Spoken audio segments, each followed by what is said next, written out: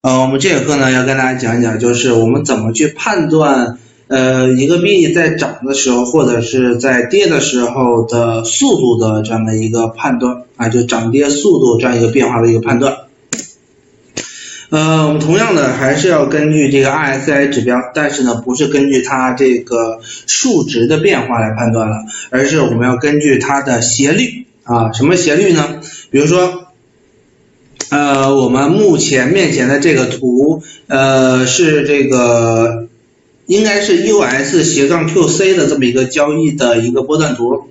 我们看一下，当 RSI 曲线上涨的时候我们以这个白色曲线为例吧，它在上涨的时候，我们要在底部画一条连接线这不是在上涨吗？对吧？在上涨，然后呢，我们在它的这个底部画一个连接线，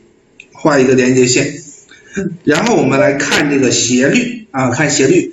画完这个连接线之后呢，我们以上和垂直和水平画一个这个直角线，然后我们来看这个斜率。我们一看这个斜率明显怎么样？小于45度，对吧？这个斜角，对吧？小于45度。那么如果这个斜角小于45度的时候就在45度以下，表示上涨怎么样趋势是缓慢的，也就是说它越怎么样越小它越缓慢。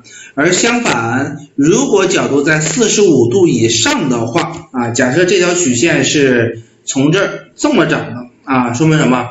说明这个上涨的趋势很强劲，说明多方力量很足。那么这个时候这个买进去，至少在波段周期里面应该还会继续涨，因为整个上涨的这个多方力量呢还是很强大。直到什么时候直到开始趋缓了，那这个时候你要开始注意，是不是多方势力快消耗完了呀等等等等。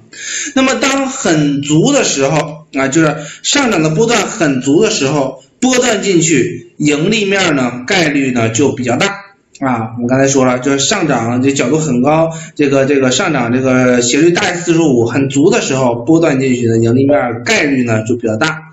当然了，同时我们要关注什么？像趋势了趋势你会发现整个斜率开始变小的时候你要注意多方力量在什么？在被空方力量进行一些削弱、减小什么时候呢？当发生了连接线穿插这个趋势线的时候，那么这个波段里面要考虑进行止盈比如说大家可以看到这个波段线，对吧？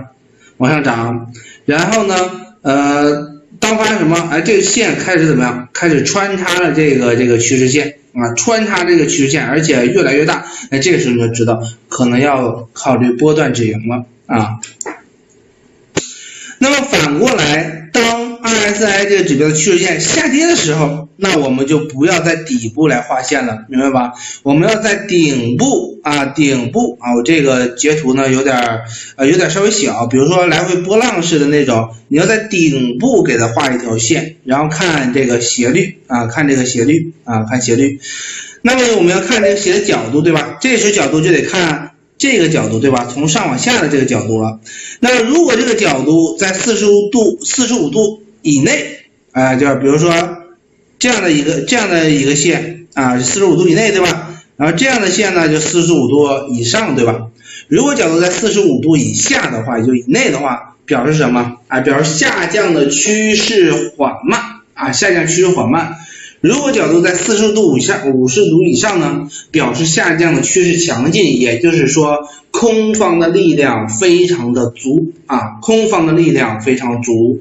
那么斜率缩小的过程那这个时候你通过做空那么就有波段的盈利的机会，或者是说你可能考虑要止盈一部分，然后剩下的可能再选个抄底，可以换得更多的币说明空方力量很足的呀。那么斜率整个的斜率缩小的过程，就是波段周期里面见底的这样的一个过程，直到什么？直到反向交叉什么是反向交叉？我们可以看这样的一个线线线往下走，对吧？直到反向交叉，但是这一个波段交叉其实不明显。什么时候明显呢？发现这个交叉开始离这个线的延长线怎么样越来越高的时候，说明什么？说明可能波段见底了什么可能波段见底了？这就是我们看这个涨跌的速度。我们通过这个斜率能判断整个多方和空方处在的强劲势力。那么这个时候呢，能帮助大家说，我要不要在这个点上买入做波段的话，能不能赚到钱比如说比特币有一段时间大涨，对吧？那这时候很多是不太敢这个买。从大势上来说其实是对的，因为整个行情呢依旧属于熊市，对吧？量没有上来，只是有人在拉盘，那这个时候本质上是假涨。但是如果你想投下机，那你就要看一下整个的这样的一个多方的能量如果能量很强，那么你就买进去时刻关注，然后呢随时推出，好吧？那么这就是我们今天给大家的分享，我们下节课再见，拜拜。